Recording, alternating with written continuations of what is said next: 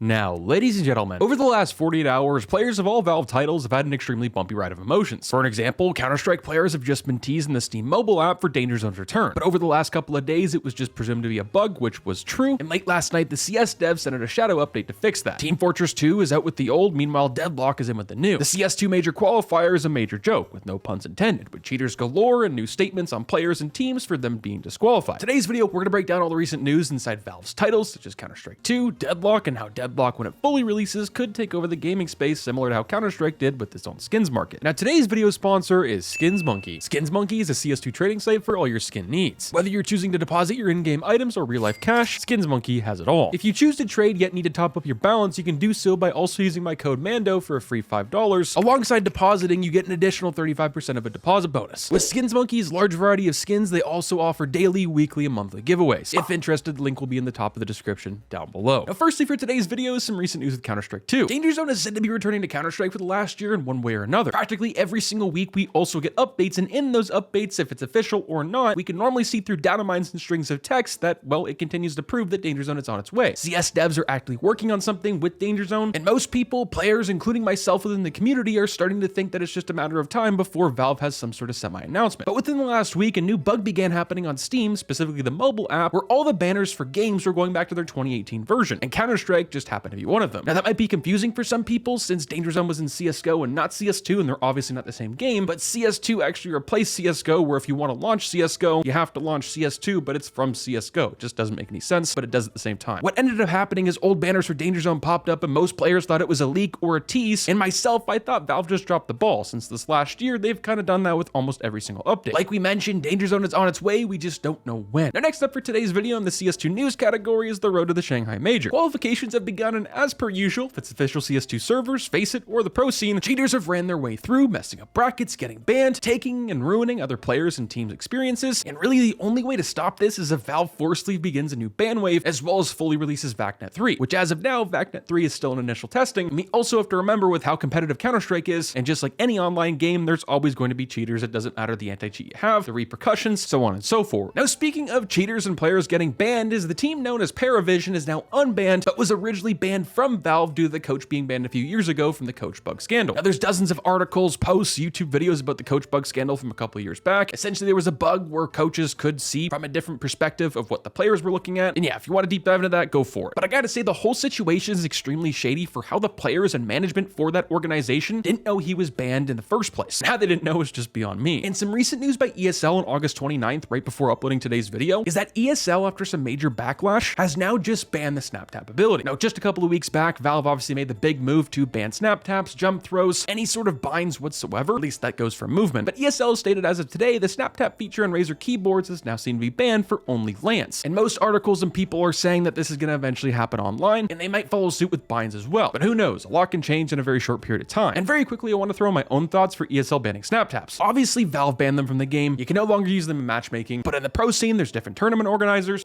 You can one day be at Blast, another week be in PGL, and then the next year in ESL. If they all have different rules, how does that really work? I mean, as a professional player, you're always going to want the tactical and best advantage, and snap taps are obviously going to give you that. But wouldn't that really mess up your muscle memory if you're going from ESL, who allows them, back to everyone else? Which that itself, in my opinion, is the reason they banned them in the first place. And obviously Valve did just a couple weeks back. And speaking of communication with Valve, the big man himself, that being Gabe Newell, has just responded in an email to an everyday gamer. Now, I personally thought this was a really sweet moment. One, we don't always get the best news from Valve, the news we want to hear, or in times it really seems like they care. But there was this guy who emailed Gabe Newell asking for himself to get Deadlock access, and obviously by this email chain, you can see he responded and gave it to him, which is just really, really awesome. Now, for those of you who don't know, you can email Gabe Newell. Now, if he'll answer you, I'm not 100% sure, but it's still nevertheless very cool. And lastly, for today's video is just how we mentioned Deadlock, we're now going to be talking about Valve's new takeover, that being Deadlock. Over the last decade, there's been a big lack of care, that being for Counter-Strike as well as the TF2 franchise, and the amount of support and care specifically has started to dwindle. Meanwhile, reports say that Valve is working on Half-Life 3, multiple other projects behind the scenes, and one of them also being an original title, that being Deadlock. Now, as much hype as Deadlock is receiving at the moment, it's gone as far to shoot the player count for other games on Steam, such as TF2, way below Deadlock. And let's not forget that TF2's been out for over a decade, meanwhile Deadlock is just a few weeks old and not even fully released, where it's just in a closed beta. Now, over the last couple of weeks while Deadlock's been out, at least in a limited test, Counter-Strike in practically every single game on Steam has lost a boatload of players. Now, it might just be a coincidence that it's the same couple of weeks that Deadlock's been out, or it may be very well just be people going back to school. Nevertheless, Deadlock is getting gaining traction that very few original modern day games really just don't see nowadays. But what's popped up in my mind is what's stopping Valve from repeating the same problems they had in TF2 but also CS2, specifically once the devs are bored of it after launch. Will history repeat itself, or will we see it change? Will Deadlock finally be that turntable? To close off today's video is still on the topic of Deadlock, but I now want to discuss the game's future, specifically with the Steam market. Once the game is out of beta and fully released, Valve will pull, well, Valve moves. They're going to be releasing new content featuring loads of new microtransactions for a source of income, that being for a free game featuring cosmetics. Valve is most likely going to have similar items to every other one of their games, having tradable and marketable items. Now for the questions is if they'll be as rare and the same prices as CS2, that's just simply not going to happen, at least right off the bat, but this game in the market could be a big hit. If that's the case, with no puns intended, how do you think that would affect Counter-Strike? And let me know what you guys think down below. This, in my opinion, will most likely be its own commentary for a different time. I'll catch you guys in the next one. Stay positive, sexy. I'm out, guys. Peace.